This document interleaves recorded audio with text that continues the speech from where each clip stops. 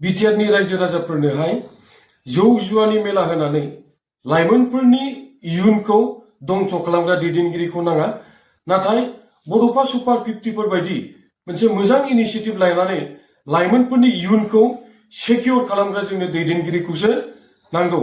जानो हागौ हाग्रामा महिलारि बिथाङा लाइमोनफोरनि इयुनखौ मोजां जानायखौ लुबैया, जायनि थाखाय प्रमद बर' बिथां लालांनाय मोनसे जोबोद मोजां इनिशिएटिभ बड'फा सुपार 50 मिशन, बे मिशनखौबो बन्द खालामनो नाजानायखौ जों नुदों आरो बे बड'फा सुपार 50 मिशननि मुंखौबो सोलायनायखौ जों नुबाय।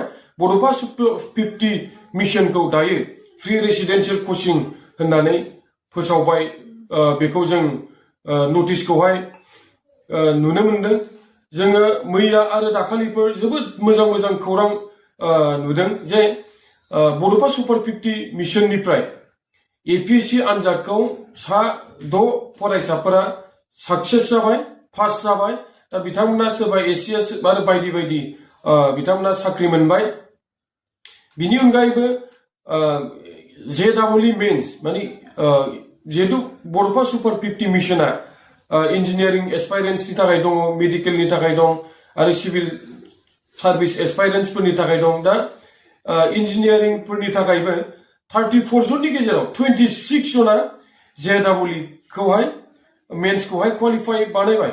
बिथांमोननि थाखाय आङो कंग्रेचुलेसन हरबाय आरो बेस्ट विशेस जासिहरबाय। दा गतिके आं रायजो राजा बिथांमोनखौ खावलायनो सानदों जे फैबाय थानाय समाव जोंनो सोर सासे दैदेनगिरिखौ सायख'नांगौ नोंथांमोना निस्सय नुबाय।